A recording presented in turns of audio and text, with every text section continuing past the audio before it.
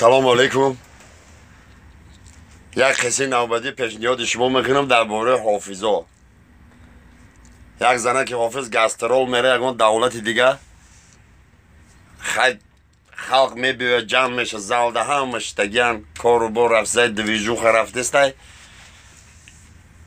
نوبت حافظه رو میدین. حافظه رو میکروفون رو میگیره سلام علیکم هموطنو خیشت بارو خوش آمدین که پاشتاو میخوره میکروفون ای دست میپره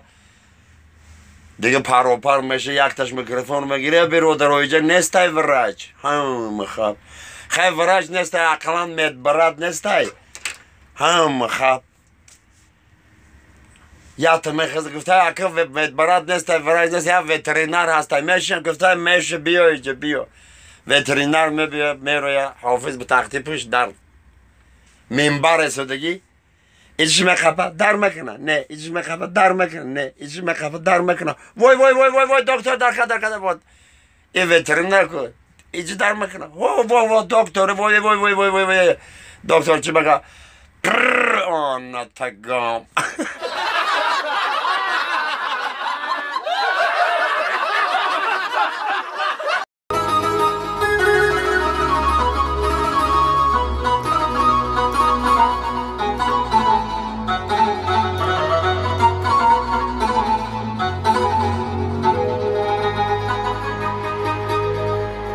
این زندگی دوستی عزیز خواهی نخواهی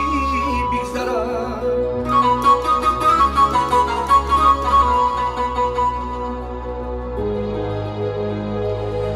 کاشانه دوستانی خوب آیین آیی بگذرد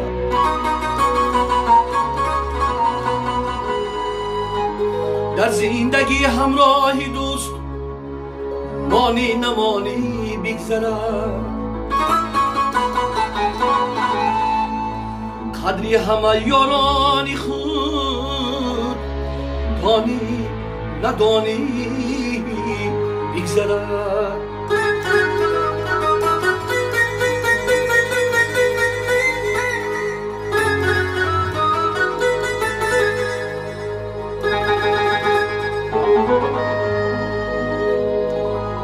این زندگی دوستی عزیز با بش و کم هم بگذرد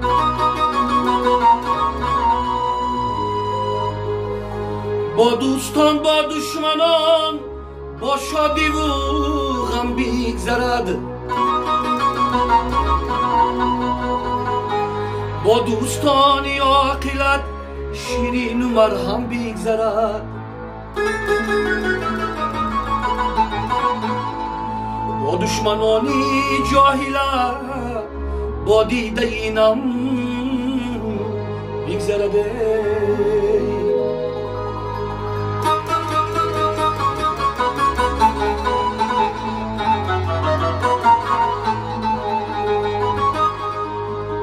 این زندگی دوستی عزیز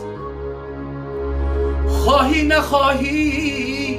بگذرد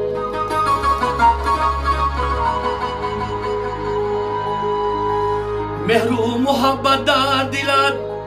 داری نداری بگذرد مهر و محبت در دلت داری نداری بگذرد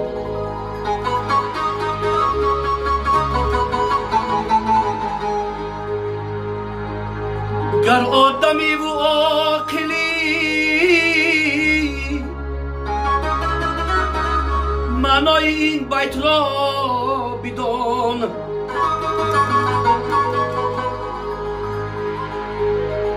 منصور را چون دوستی جان خانی نخانی بگذرد ارکین را چون دوستی جان خانی نخانی بگذرد